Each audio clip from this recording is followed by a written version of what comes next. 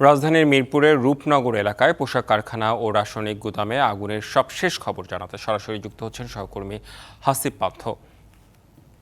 হাসিব, এই মুহূর্তে কি অবস্থা দেখছেন, জানাবেন আমাদের বিস্তারিত।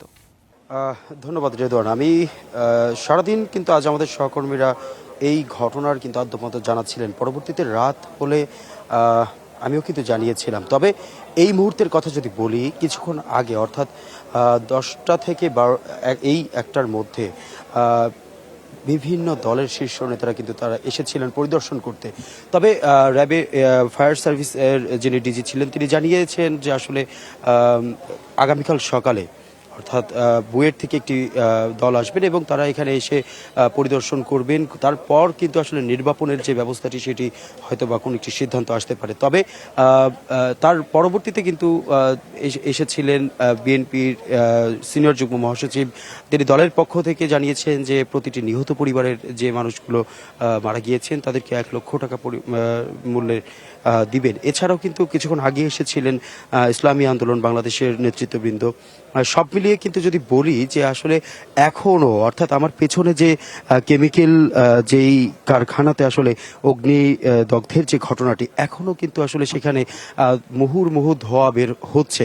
তবে আগুন নিয়ন্ত্রণে কিনা সেই বিষয়টি যখন আমরা জানতে চেয়েছিলাম তখন ফায়ার সার্ভিস থেকে যেটি আমাদেরকে জানানো হয় যে অগ্নি নির্বাপন হয়েছে, নিয়ন্ত্রণে এসেছে, তবে নির্বাপন করাটা এখনো না সম্ভব হয়নি। কেননা ভেতরে প্রায় 6 থেকে 7 ধরনের রাসায়নিক যেই দাহ্য পদার্থগুলো ছিল সেগুলো আছে। তবে এখনো কিন্তু আসলে বিশেষ প্রযুক্তির মাধ্যমে তারা সেটিকে কোনোভাবে যাতে আশেপাশের বাসাতে কিংবা আগুন হুটহাট করে ছড়িয়ে যাতে না পড়ে সেদিকে লক্ষ্য রেখেছে। তবে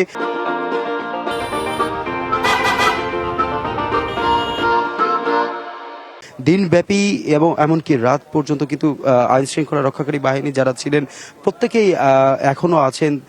এমনকি আমরা কিছুক্ষণ আগে দেখেছিলাম যে অনেকেই স্বজন দেরকে খুঁজে পাচ্ছেন না, তারাও কিন্তু এসেছিলেন এখানে এসে খুঁজছিলেন। তবে এখনো অনেকেই কিন্তু আসলে তাদের স্বজনদেরকে যারা পায়নি, অর্থাৎ স্বভাবত এখানে কিন্তু একটি গার্মেন্টস কারখানা, অর্থাৎ এই গার্মেন্টসে যারা চাকরি করতেন তারা কিন্তু এখানে ছিলেন এবং যারা নিহত হয়েছেন তারা সকলেই গার্মেন্টস কর্মী।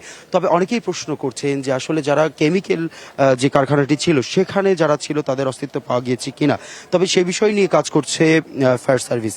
রেদন, আমি সর্বশেষ জানাচ্ছিলাম মিরপুর রূপনগর থেকে। যদি রাতের মধ্যে কোনো ঘটনা ঘটে থাকে অবশ্যই জানাবো। জি, আপনার কাছ থেকে জেনে নিতে চাই হাসিব পান্থ, ধন্যবাদ আপনাকে।